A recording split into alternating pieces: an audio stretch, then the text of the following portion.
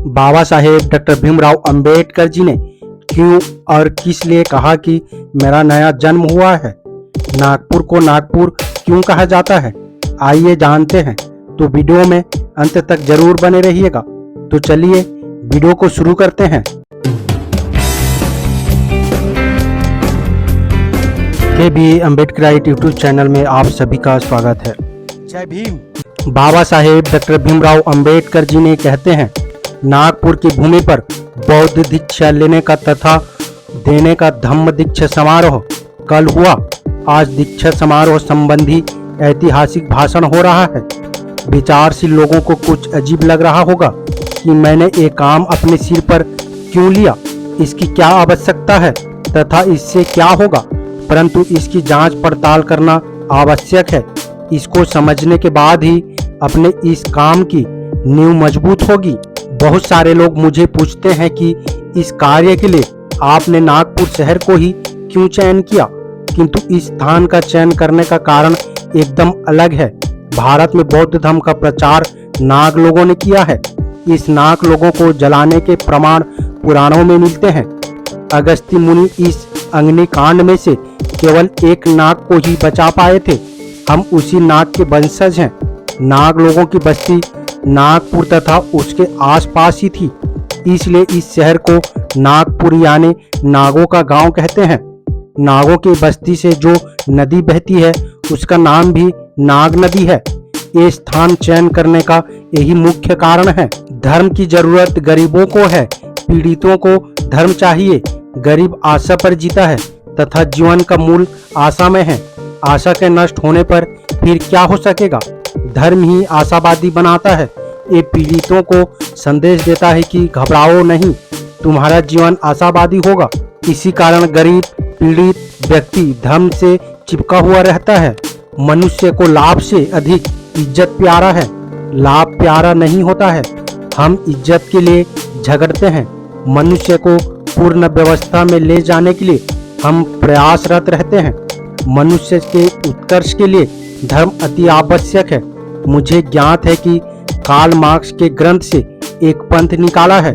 उसके अनुसार धर्म यानी कुछ नहीं है। उन्हें धर्म का कुछ महत्व नहीं है। उन्हें सुबह ब्रेकफास्ट चाहिए, उसमें पाव, मलाई, मुर्गी की टांग आदि चाहिए। सिनेमा देखने को मिला तथा रात में अच्छी नींद चाहिए कि फिर सब कुछ समाप्त है। यही उनका तत्व ज्ञान है, दर्शन है। मैं इन विचारों का नहीं हूँ। मेरे पिताजी गरीब थे, अतः मुझे इस तरह का कोई सुख सुविधा नहीं मिली। मेरे इतना कष्टमय जीवन किसी ने नहीं काटा होगा। अतः मनुष्य का जीवन अभाव में कितना कष्टमय होता है, मुझे इसका अच्छी तरह से एहसास है। मेरा विचार ये है कि आर्थिक उन्नति अति आवश्यक है। मनुष्य तथा बैल में अंतर है। बैल को रोजाना चारा चराने ले जाना पड़ता है, वैसे ही मनुष्य भी अन्न खाता है। फिर भी इन दोनों में अंतर है। मनुष्य को शरीर के साथ साथ मन भी होता है, अतः शरीर और मन इन दोनों का विकास होना चाहिए। मन सुसंस्कृत होना चाहिए। जिस देश के लोग अन्न तथा सुसंस्कृत मन का कोई संबंध नहीं है, ऐसा कहते हैं, उस देश के लोगों से संबंध रखने का मेरा कोई प्रयोजन नहीं है। दूसरे से संबंध रखते समय जैसे मनुष्य का शरीर निरोगी चाहिए, उसी भांति मन भी सुसंस्कृत होना चाहिए, अन्यथा मानव जाति का उद्धार नहीं होगा। बौद्ध धर्म का मूल आधार क्या है?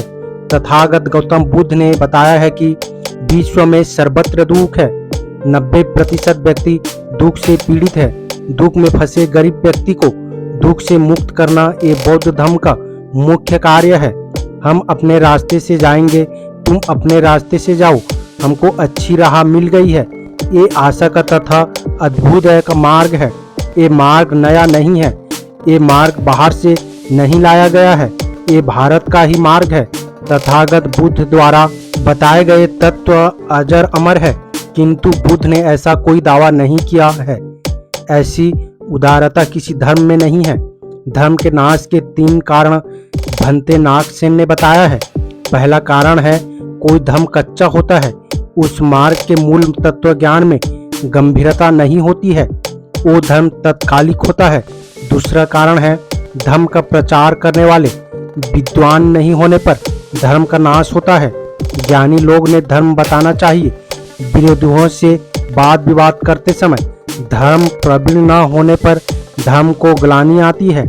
तीसरा कारण है धर्म का तत्व ज्ञान वो विद्वानों तक सीमित रहता है।